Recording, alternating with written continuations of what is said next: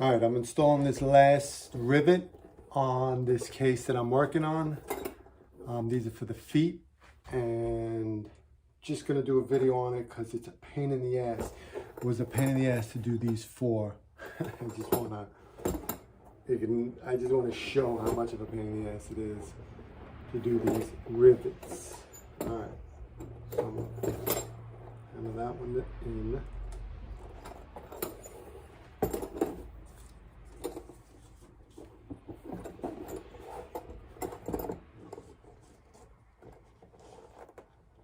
Alright, I'm going to use this tool to hammer the head of the rivet into the other one, into the bottom piece. And I'm going to use this heavy mallet. She's just trying to angle.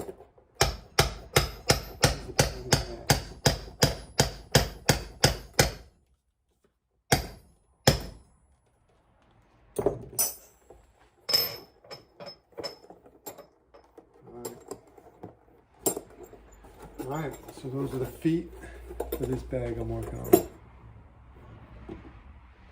Cool. I like the way they came out with the brass and the rivets and the color, the brass sitting on it. It's cool.